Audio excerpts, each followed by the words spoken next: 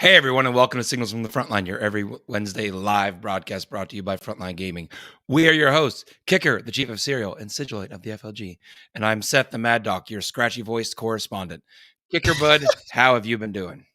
I am doing as well as any person can be that is treading water, just trying to survive the onslaught that is LVO prep. But Yep. I've still gotten hobby time in. I've been playing with my guard, and I'm like, you know what? I'm going to go back to some of my old minis and make them look pretty. So I decided to rebuild my least favorite mini from the guard line, which many people hate. It's the Taurox, right? Why do you hate it? Can we bring that up? There we go. Boom. There we go. So that's my new Taurox, and I'm going to paint it to look like my van. So I'm going with the blackout hood and all that. Yeah, it's going to be my little mini van. But yeah, guys, if you are listening to our podcast, you should be watching live every Wednesday night, 9 p.m. Eastern Standard Time. Get the videos. That's all fun and dandy. But really important is the chat, because your input helps change the face of competitive 40K, at least at Frontline Gaming events and whatnot. So we do love to have you, especially tonight, because we have a special guest that will be taking your questions. Seth, you see my mediocre hobby progress. What have you been up to, my friend? Well, if folks remember from last week, I had built a chain axe for one World Eater Dicky, and last week my hobby progress was painting the chain axe. Okay. And, Oh, look at that. That is gory and beautiful, and I love it. And it came out quite well. What do you think there, Tech Priest? Love it. I want two. I want two. I made one, but slow down. I do have to warn all LVO attendees that Tech Priest may burst from behind the curtain with a chain axe and run screaming and smacking people, because the first thing he said when I sent him the final, product images was, "Can I hit people with it?" Yeah, that's what I did say, actually. Seth, absolutely beautiful. For those of our audience members that are listening, we've got this gorgeous corn axe right there. It looks like we've got some blood stains on it. Yep. Seth, you have done wonders. I got to ask, how long did it take you to get this from basically concept to where you're at now with the fully painted? It was probably a good 3 or 4 days. Well done. That's only took you 3 or 4 days. Dang, man. Yeah. Weird. Crazy. I have. Wait. I'm not done with mine yet. Go ahead. Yeah, more hobby progress? Because there's been a bunch of changes with the balance data slate and the points and Arcs of Omen. So I was testing out some new orc stuff. Okay. I know last week I was saying I hope Flash gets are good, and they did get a point drop, but I played some games with them, Dicky, and Flash gets they're not so good. So I'm sorry, folks. I'm sorry to report. I have to apologize. Flash kits are not. You're apologizing to the community because nobody cares, Seth. Nobody cares. I care. Because I am trying to revive my orc YouTube channel, so I did a little post on that today. So that's all of my stuff. Now, Tech Priest, jump on in. Yes, I painted a Terminator. Oh wow. He's gonna be my sergeant of my Red Butchers. He doesn't have blood yet, but he's got to kill something first, as is the rule. Your axe has killed someone, so it's good. Yeah. Okay. Well, I thought he came out really well. Actually, I like the old scheme. I'm really happy with him. So yeah. Beautiful, Seth. I mean, beautiful, Rich. Looks I do like the angry. The heads in the hand. That's great, man. That's great. Yeah, skulls, baby. Skulls all the way. Yeah. We are going to quickly go through some of the new product news, because we just want to really get to the good stuff tonight. But let's go right to it, guys.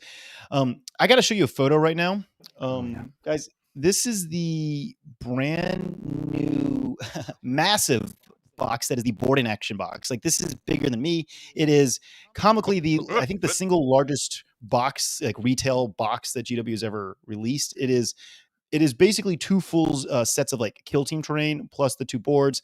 It's heavy. It's a good thing if you want to work out. You can just do some squats holding it. But that is the new massive boarding action set that will be that new format of 40K, kind of like room to room, SWAT tactics. If you want to call it that. And I've had a few friends dig into the rules, and they keep telling me that it's their words, not mine, folks. Their words. Don't blame me for this. That it's what kill team should have been, because it uses 40K as a core rule in a smaller setting. So Kill Team tried really hard to be its own standalone game. You're right, Seth. Boarding action will be like mini 40K. It will probably play faster because less models. You get to split your squad of 10, I believe, into 2 squads of 5. You're limited to just troops, elites, and HQ, and then a few exceptions. And there are some cool allies. I think you can bring, well, not allies, but you can bring in Navy Breachers, which are those bespoke Kill Team models, as well as a few other things. So it will be a cool set. the idea for Frontline gaming events is to hopefully start running some boarding action after hours, so you can play big boy 40K and then play some fun thematic boarding action afterwards. Yeah. Let's also talk about the made-to-order commissars that are released. Most of these guys are in metal. A lot of people were kind of disheartened to see these character-filled models kind of go the way of the dodo, but they're bringing them back for a short time. Alas, Yark. Yeah, Yark. Oh man, Yark, dude, Yark. I have no idea. This is purely just hopes and dreams, but I'm hoping for a Yark coming back in some sort of new supplement in the far future with a fancy Dreadnought Yark. Dreadnought Yark. Yes, there we go. What's weird is we got these are metal models. They got a few really cool poses that you're going to want to get if you're into the old GW. Well, and they hold up pretty well if the text scrolls down. If you see the scale between the old metal ones and the newer ones, they're pretty like their style is definitely different than the new plastic Astra Militarum, but the size is at least appropriate. They don't look that much smaller. And yeah, we've also got Creed. There we go. If you're watching right now, we've got Creed coming back. Papa Creed. So, and that's Daddy a classic Creed. mini right He there. prefers Daddy Creed. Yeah, Daddy Creed. Oh, I'm sorry.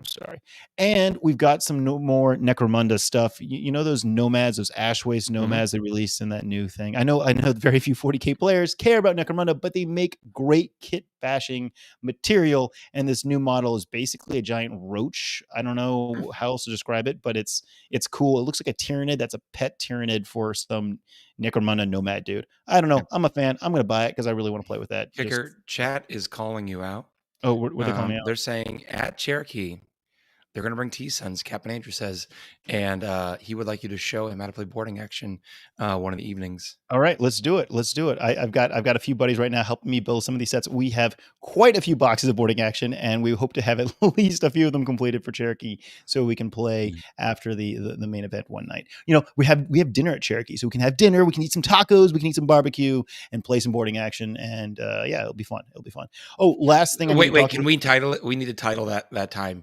It's barbacoa and boarding action. Boom, done deal. I love it. We'll make shirts. It'll be great. We'll get perfect. They'll get covered in the tacos. Yeah. Totally. The rest of the boarding action sets will for the entire season of 2023 smell like barbecue, and that's okay. Or food. One last big thing, Seth, that we kind of have to talk about is the new Arcs of Oman. Omen. Arcs of Oman. Oman. Yeah, you see what I did there, right? Yeah, I know. AOO for short, Seth. Obviously, we know it's not being used at LVO, but what is your impact right here? What is your knee-jerk reaction to this whole new thing? Because LVO, like we discussed, LVO is kind of the capstone. It is the championship event of the season. It doesn't really make sense to try something that's basically almost a new edition at this point. Yep. When everyone's been playing 2022 with the balanced data slate, I think it kind of tweaked a lot of the armies. The points have tweaked a lot of the armies. And then they've made some changes and tightened up the secondaries here. I like to see that. They've made a few changes. The biggest one being the force org chart. Love it or hate it. What do you think? Remember, I'm building mostly with orcs right now. I enjoy it with orcs. It definitely gives me some opportunities to take some more smaller units and kind of go for an MSU build. I could see some armies, like if you're a Custodes army, this is a non-starter in terms of like it doesn't change anything because your army never was going to fill out the slots anyway. But for the larger horde armies, like GSC and orcs, and to an extent NIDS, if you want to go that road, we can certainly it gives us a little bit more room to work with, and I like that. The other big thing is the CP, right? I mean, that's going to really impact things. So, guys, it will be fun starting right after LVO. Yes, Cherokee will be using AOO. I'm just going to call it AOO because I'm going to screw it up every time I say it. But for LVO, we won't have it. But yeah, it is going to definitely change things up as we start off 2023. Guys, a few things really fast on the FLG events. The LVO is, as you well aware, is that it is at the end of this month, Kicker? right? Is that a thing, right? Is it is this like our second to last episode till LVO? Yeah, I think it is. Dude, it is. So get ready, people. There's gonna be a lot of things we're adding. First of all, this year has grown significantly. Almost every single event at LVO has grown in some part, except for X-Wing. X-Wing kind of shrunk, but everything else, like at least 10% increase. So it is massive. A lot of events actually doubled in size. So there's going to be a lot of people, a lot going on. And we decided there's also a lot of spectators coming right now, which is kind of cool. I look at people that buy just con badges, not necessarily tickets. So we're like, let's do some fun things for the people that are just attending besides the exhibitor hall. And there's some demos and some fun stuff there. Somebody, I believe it was Kelsey in a previous episode, wanted us to do a scavenger hunt, and we will be having the LVO scavenger hunt, her first ever LVO scavenger hunt. More info to come on that. We're also going to be rewarding cosplayers. We like cosplays. Ooh. We like people that dedicated time and energy into making a cool costume. So if you are in cosplay at the LVO, come say hi to us at the front registration desk. You heard him, Dickie. So I need you to be in a full World Eaters outfit. Oh yeah. 100%. And Seth, I expect you to go in the full Shrek/orc costume all the way, man. Do it. I'll bring the chopper and a can of green spray paint. Done deal. Sweet. So we're also going to be launching a brand new thing at Cherokee. We can't talk about it just yet, but for 2023, we're adding a lot more to our events, more ways to get cool stuff. So at Cherokee, then we're going to have this office at the Rocky Mountain Open. I can't say just yet. We want to kind of wait till after the LVO because we don't want to take away from this, but it's just going to be another element to all the Frontline gaming events. Speaking of more stuff coming up, say what? Is it a Kicker branded cereal bar? Oh, you know what? It is not, but it should be. It should be Kicker O's. I like it, right? We should do Kicker O's. Kicker O's. Thing. But BAO tickets went live this week. Get your BAO tickets. This is the longest running Frontline gaming event. This is what started it all for us. It's this year again at the same Marriott right there on the water. It's gorgeous. You got a free shuttle from the airport, so it's a pretty easy event to travel to. And that's where you get to win the Belt of Russ. So previously known as the Belt of Russ, this is the Belt of Jeff now. And correct me if I'm wrong. This was the event that previously was part of KublaCon, but now is its own? Yes. So previously, BAO was attached to KublaCon, a big comic convention there. But because we weren't doing our own thing, we were restricted in size. Because we now kind of doing our own thing, we have a lot more space, so we can make the 40K champs significantly larger. We're also bringing in Bolt Action and Song as well as Kill Team. So nice. Yeah, it will be fun. Seth, do you want to tell us what's going on in the FLGN? Anything interesting happening this week? Grim occurred. It was grim. But as much as I want to give those guys crap, John in particular has been working super hard behind the scenes with the rest of the team in the FLGN, getting ready for LVO, the FLGN stream, the Ocho, if you will. And I am here tonight. I told you guys last week that we were working on a bunch of special stream perks for everyone.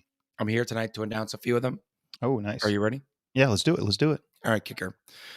So we're this is all under the guise of the War Mistress, Tanya Gates. She is the queen of all of this process. She works heavily on Twitch.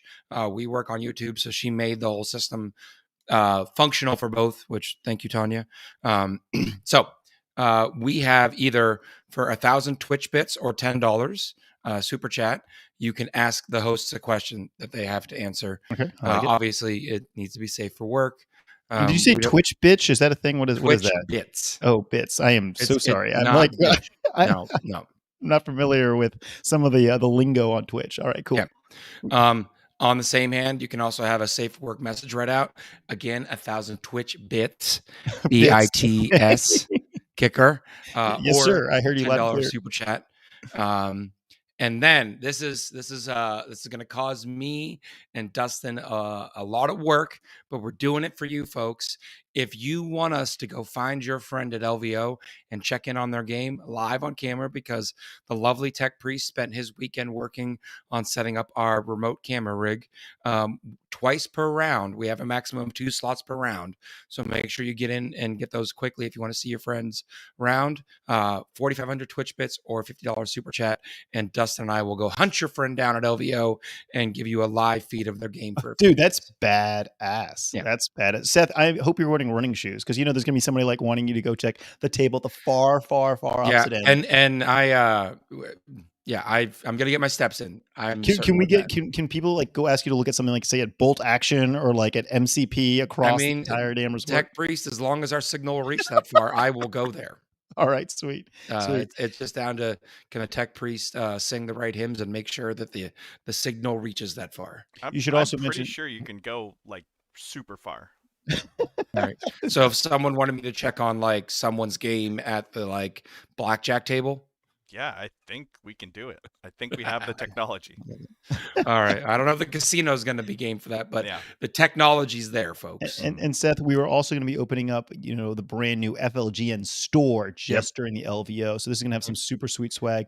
Now, We'll announce it next week though when we have. I have been sent on a mission tonight, though, Kicker. Okay, let's hear it. Let's hear it. Tanya really wants us to have goals for each day in terms of fundraising because for behind the scenes folks, the FLGN, for the last few years, we've been doing this out of the love of the game and out of our pocket, these events. So we're trying to make this a neutral financial adventure for all of us, so we don't have to spend a bunch of money to go do this for you. So Tanya does have goals in terms of fundraising for each day. But the question is to you, the audience, what would you like to see us do if we reach those goals every day? Oh, nice. So send it in here on chat. Send it over to the Facebook page.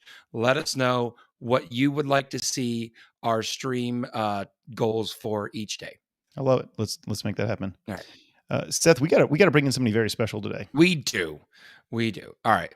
Let's bring in our guest for today. He is my beloved friend. I met him first and played him at ACO, and then it seems that our hobby lives have intertwined since then. The lovely Anthony Vanilla, Art of War coach, Team USA member, stat check host, top tier competitive player, and all around pretty awesome dude. Wow, what a wonderful intro. Thanks for joining us, dude. That was the nicest Seth has ever been to me. It's true. It is. That is literally the nicest I've ever been to him. So Anthony, real fast, before we get into the meat and potatoes of the show, we have to ask something critical here. It's how you will be judged throughout the rest of this interview. Basically, dude, what's your favorite sugary breakfast cereal? And choose wisely, my friend. That is peanut butter Captain Crunch for sure.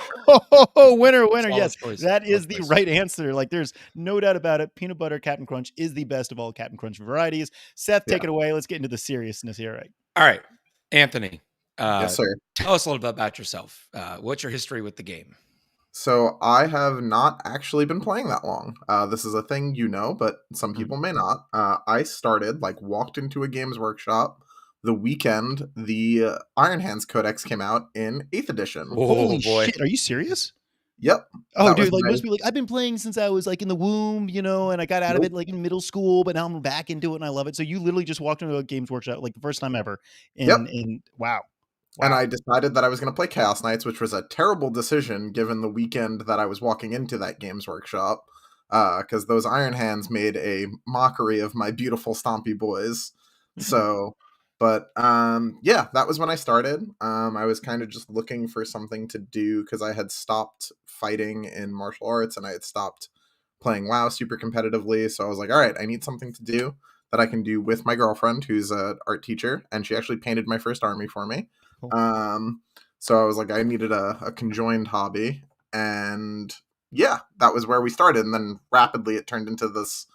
What it is today, which is... You must have read the books or played the video game or something, right? Had you heard of Warhammer at one point before you committed to the hobby? So I played a little bit of fantasy when I was a kid, but when I moved out of my parents' house, my mom threw my army in the garbage, which was pain and suffering. So there's somewhere in a trash heap in near New York, there is a Vampire Counts and Dark Elves army. Jeez. But so I had read the Fulgrim book. And that was it. That was all I knew about 40K. I was like, all right, let's give it a shot. You're like, this Fulgrim guy seems interesting. He's really awesome. So it's a personal idol of mine. All right, not sure that's a wise choice. Anthony, so you jump in an 8th edition, which really in the grand scheme of things is not that long ago, and you jumped in towards the tail end of it. And now you're up here competing at a top level. What does it take for a player to go from I'm saying this with all the love in my heart for you, little gherkin, 0 to hero? So for me, it was the game has evolved a lot competitively kind of over COVID, right? Mm-hmm. When I first started, even though it wasn't that long ago, Art of War was in its infancy.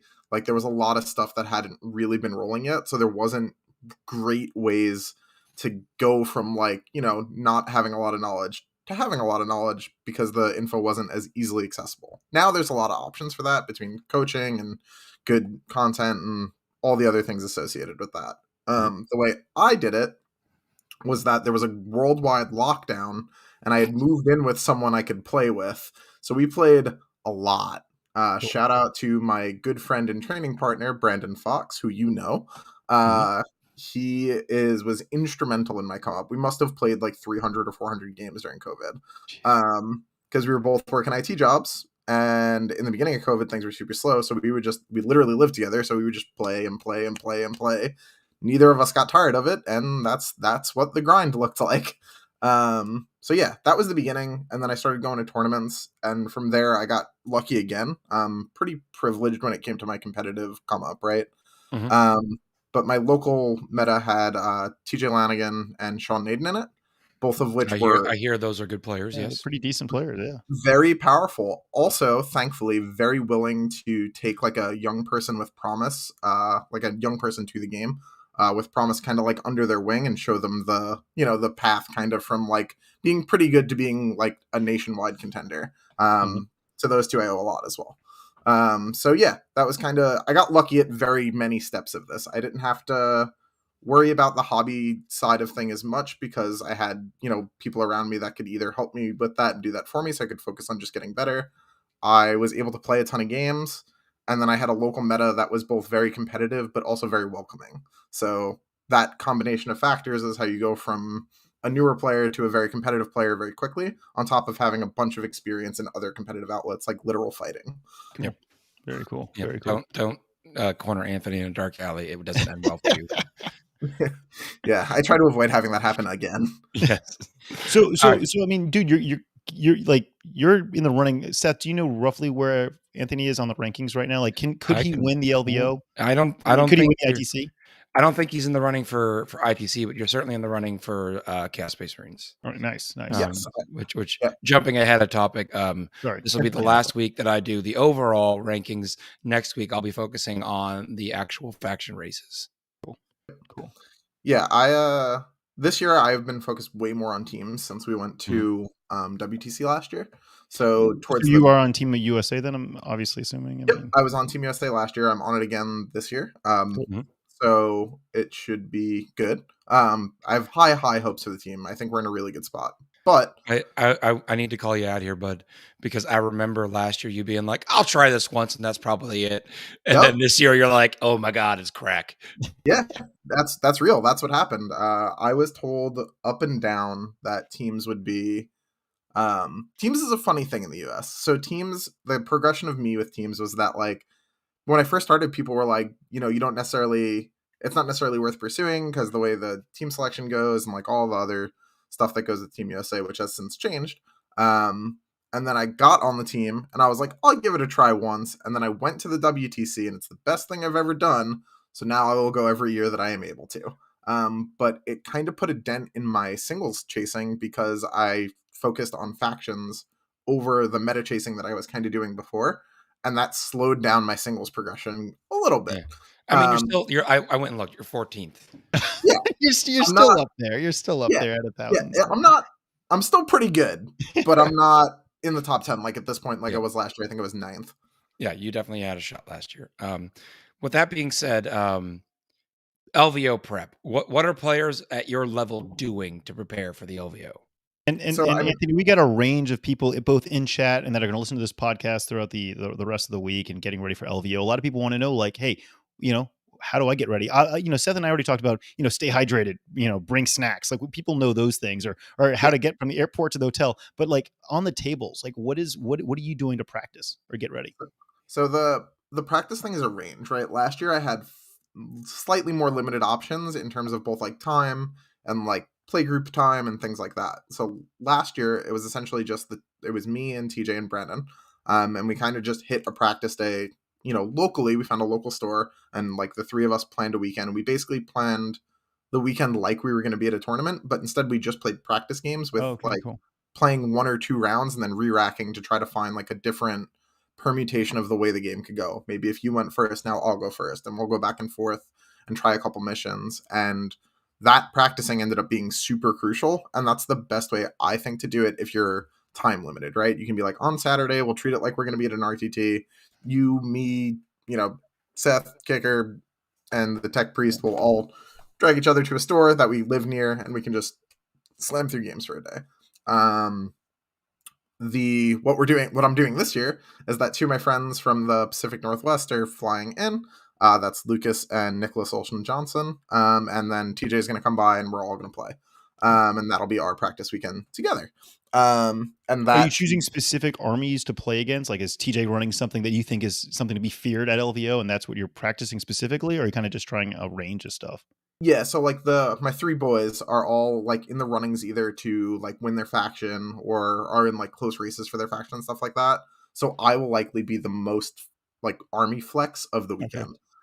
Because that's just like a thing I'm happy to do for them, and I think it gives us the most dividends because I'm going to be playing Emperor's Children LVO, which is the army I've played a million billion times at this point. I don't necessarily need loads and loads more reps with it because I know what to do with it. Yeah. So I want to make sure everyone else is as sharp as possible into as many matchups as possible, and then we're good to go. But yeah, in general, trying to diversify the matchups you play into while maintaining your opponent's competency level is super important. Because otherwise you can run into the scenario where like, sure, you got a rep into that army, but it was like not necessarily a great rep, and then it's actively it's a false positive. You won, but maybe that player didn't play that army to the strongest extent that it could be played, and then you go into that tournament rep going, oh yeah, I know I'm really good into Gene Star Cult, and then you hit Innes Wilson or Dustin Henshaw running that army, and you get tickled in bad places. Hey guys in chat, by the way, Seth is monitoring chat, so is Tech Priest. If you got questions you want to ask Anthony, ask him. Anthony, real fast, do you have an army that you think needs to be practiced for? Like, is there something that like the average guy that's going to LVO, he probably needs to play against Knights or something before going there? Is there something that, you know? Yeah, Knights is always super popular. Things that I would like broadly expect to see a lot of are Orcs. Tyranids on their like one last ride before the nerfing happenings. And last chance to collect biomass. Exactly. They're getting in there. It's last call, and they're doing their best. And then past that, like the higher you get, the more I would expect to see like Thousand Suns or Thousand Suns and Flamers. The stats over, from the stat check things tell us that Votan is very popular. So that should be a thing that we expect to see around. People are kind of breaking through the hobby lag and getting into the tournaments with them now. And Anthony, you kind of just politely plug, but we're going to specifically plug Stat-Check is your website where people can see very specific metadata in terms of, if they're playing a specific army, they can see what are statistically the good matchups, the bad matchups, and that might help them highlight what armies they need to practice into. You can see the overall meta composition there. So it is a great resource having that data there. Yes, sir. That was a better pitch than I could have given for it. Thank you, Seth. I tried to help. He's the best. So I know this has been something that you and I have talked about numerous times privately, but player place terrain, if done correctly, can give a player a pretty significant advantage. Could you give a 2 or 3 minute primer to our chat on what to do with player place terrain to try to give you the most advantage going into your game? Of course. And for those of you not going to LVO that haven't read the packet, that is how LVO is run. We use player optimized terrain. Basically, we're using our terrain to the best that we can to keep it as balanced, considering that we have a lot of tables and we can't pivot every edition. But yeah, Anthony, take it away. How can people use player place terrain to their advantage? So it depends a little bit on if you're playing a shooting or a melee-based army. If you're playing a shooting-based army, you can look to use things like crates or forests or craters to create dead zones in the space. Now, how this works is that with player place terrain, when you are setting up terrain, they have to be a certain amount of inches from each other. So if you put a crater in the center of the board, there can be no ruins within 4 inches of that crater. This creates essentially a fairly open dead zone that a shooting army is able to take advantage of. So if you're a shooting army, you're essentially looking to make a U out of your deployment zone of terrain that you can hide behind, but that you can shoot into. Like almost a kill box, essentially, is what you're looking to create. As a melee army, you're essentially looking to do the inverse, where you're creating basically an upside down U in the other direction, where you want to be safe enough in your deployment zone, but what you really need is midfield staging so that you can jump from your deployment zone to midfield into the enemy. And those midfield pieces are usually, you're talking like obscuring pieces. Yeah. So what your goal there is to use a single large ruin essentially in your deployment zone, and then use like the smaller ruins, or even like it depends on which setup you get. But the goal is to use like a single large ruin either in the middle or in your deployment zone, and then use the 2 smaller ruins that you typically get in the inverse. So it just depends on what you're playing against. Yeah. Certain armies are faster than others, so you have to kind of keep that in mind when you're doing it. Yeah, you don't want to set your terrain if your army can only move, 6-8 inches between chunks. You don't want to set your terrain, 14-15 inches apart. Yeah, make sure that you pre-measure, right? Like as a general rule of thumb in 40K, us being allowed to measure before we move is very powerful. So make sure that you're doing that. Hey, Anthony, I have a question from chat here. Fire away. So, Anthony, when you play your 2-round practice games, what kind of things are you looking for? Like what's in most important aspects, movement, stratagems, etc.? So the biggest thing I'm looking for is failure scenarios. So something that you can usually spot pretty early in a game is like massive game-ending errors. Like, oh, I stepped out of position here. I needed to wait a turn to do that, or like I committed this unit too early or too late even. Often you can kind of notice when you've done this in like a live game by having the feeling that you're 1 turn too slow. You usually made a deployment mistake. You were either not aggressive enough, or you were too aggressive and a bunch of stuff got killed. And finding that balancing act is much easier with like 2 to 3 reps of 1 to 2 round games. And you'll get kind of a sense for like the tempo that you need to be maintaining to have a best chance in the matchup. But that's the stuff you're looking for. Yeah, and the goal with those 2-round games is to keep things shorter, so you can squeeze those reps in the day. Is that right? Yeah, 100%. And definitely don't go into practice looking like win-loss. That part that like super doesn't matter. You're just looking to engineer scenarios as they come up in a game. All right. I like it, Anthony. I like it. Do my best. You do a good job. If people were interested in hearing more from you, Anthony, either just in general or maybe with some specific coaching questions, where could they get a hold of you? So coaching stuff, go through Art of War. The Art of War website is very accessible. I am listed there as a coach for list calls, personal coaching, and like premium coaching. It's essentially the different tiers. Just kind of take a look through the packages, or just message me and I'll kind of help you guide you through the process. Or if you just want to listen to me talk about stuff, hit up the Stat Check podcast. We are there every Tuesday. So that's live, and then it can be found anywhere podcasts are found. All right. So thank you, Anthony. Chat, we're going to be taking questions throughout the next section, and after that, we can ask Anthony. But we want to jump into the competitive. Joel does have a follow-up to his question about the 2-round practice. He says, do you think that means most games are won in the first 2 rounds? I think that most games are lost in the first 2 rounds. So I think that if a game is going to like slide out of control, it's going to happen in turns 1 and 2. And we're looking to avoid ending up in scenarios where that is our loss condition, so that we can exercise our player skill over the course of 5 rounds, rather than ending up in like a check situation too early. Sometimes though, and this is very important, your only out in a matchup is to put your opponent in check on bottom of 1. And that's just what it is. But recognizing and learning when and where that is the case is very important. All right. Let me get into our final ITC overall recap for the season, and then we'll swing back and see if there's any questions. Tech Priest, if you can help me keep an eye on those, because chat is a little, the program's a little behind us, guys. So give you guys a chance to catch up. All right, our 40K competitive track for the week.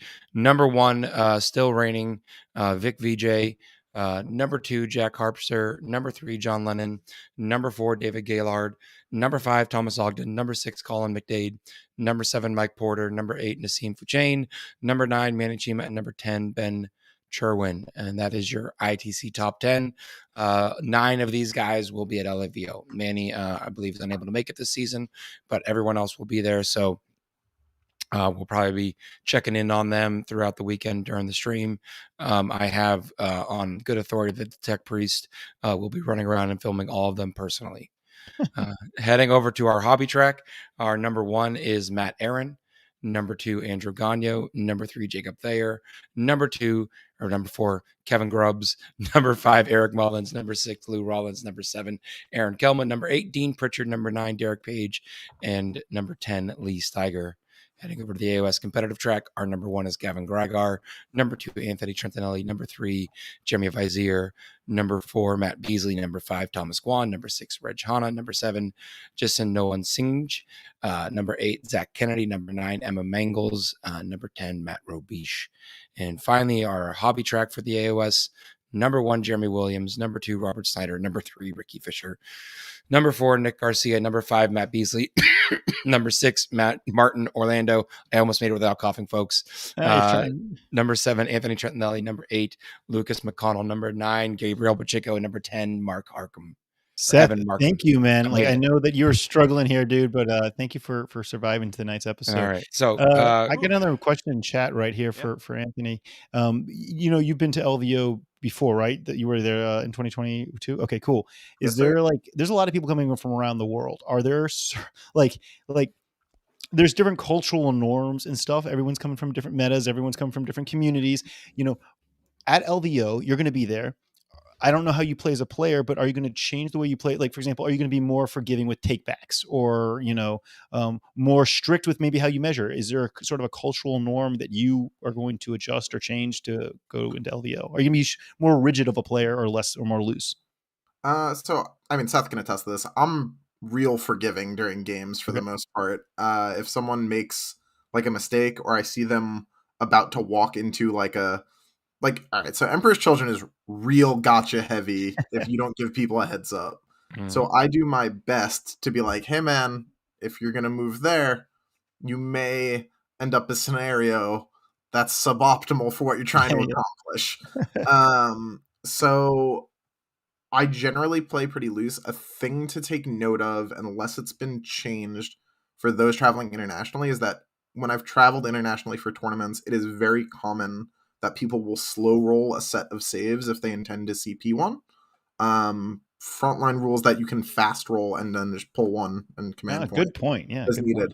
That's important and will cause arguments if people are not aware about it. Yeah, so that is definitely a thing to be aware of. It's one of those things that you should have a conversation about before a game anyway. But if you don't, it's very quickly, it's very easy to end up in a scenario where both of you are upset, and that's obviously not great. And Seth is our, boots on the ground throughout LVO as our correspondent. But he'll attest to what he's seen previously that it's yes, it's the largest competitive tournament in the world, but it's still a pretty good vibe. Like it's, people are pretty kind people. Most of the people there are not, are more forgiving, I think was the word you used. I think, even in the top end of the meta, like I've never experienced like a really super crazy game at the top side. Like that's not, the game is played cooperatively as it should be. Yeah. All right. We've got some questions rolling in chat here. Wolf Priest asked one about Thundercab that doesn't make any sense. So Wolf Priest, rephrase that. So I understand what you're asking. Cap and Andrew asks, army hopping or faction loyalty in 2023? If loyal, what faction? It's going to be army hopping. For teams, I have like a wheelhouse of armies that I play. So if you consider that faction loyalty, then sure. But faction group loyalty. Yeah, faction cluster, which, to answer the question, is CSM, World Eaters, Harlequins, Drukhari, and Blood Angels. Interesting. Those all very much have, I would say, a similar play style that you fit into. Yeah. We go fast, we hit things. So yeah. That is, it says violence on the back of the jersey, man. I don't know what other expectation people could possibly have. But yeah, that's the plan. So faction loyalty to an extent, and then those are the armies. All right. I'm trying to keep up with questions. Kicker, will this be the year that you grow your wolf beard like Anthony? I am unable to grow facial hair, so Anthony will forever have me beat on that front. And then there is someone in chat named Ben J. I'll let you guess who that is, Anthony, asking what is your favorite alcoholic beverage? My favorite alcoholic beverage is apple juice and Polish moonshine. Very specific. All right. Yeah. Yep. I'm on it. Don't worry, Tech Priest. I see Oh God, they keep coming. I can't catch up. We're getting some Super chat. here. We'll ask the super chat real quick because I copied that. Euless asks thoughts on value. A 25 point to add 18-inch half charge in advance to a unit as an upgrade to a character. I'm not sure the context on this, Euless. It says thoughts on value, 25 points to add an 18-inch half charge in advance to a unit as an upgrade to a character. Okay, so that seems worth doing. I got it. Yeah, I figured it out. Yeah, that seems worth doing. I mean, if it's 25 points is fairly cheap. Obviously, it depends on what the tail end of your list look like, but that's very strong. And thank you very much, Euless. Yeah, thank you, guys. Very much appreciate it. Joel asks, have you ever experienced a language barrier at the table at LVO?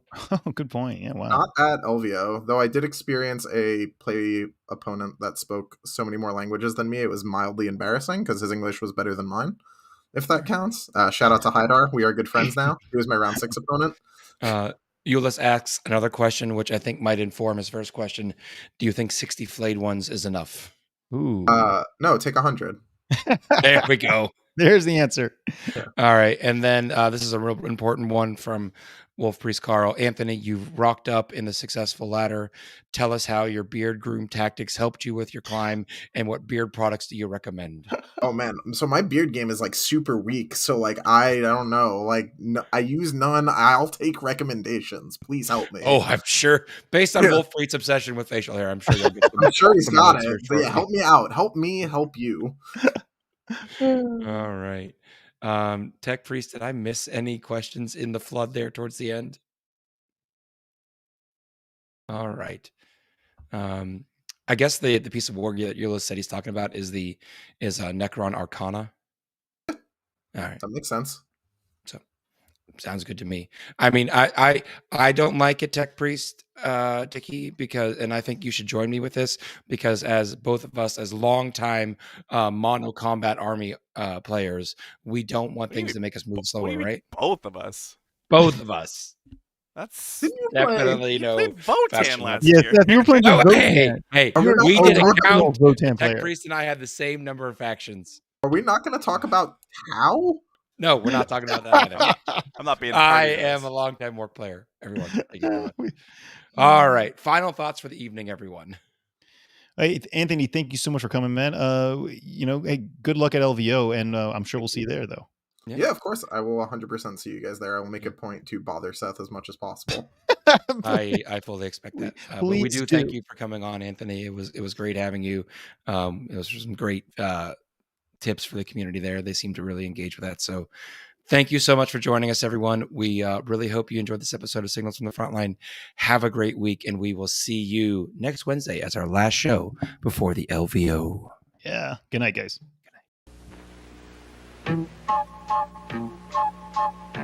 I drink Dr. Pepper, don't you see? 'Cause it's the perfect taste for me. That original taste, you know, is making peppers everywhere I go.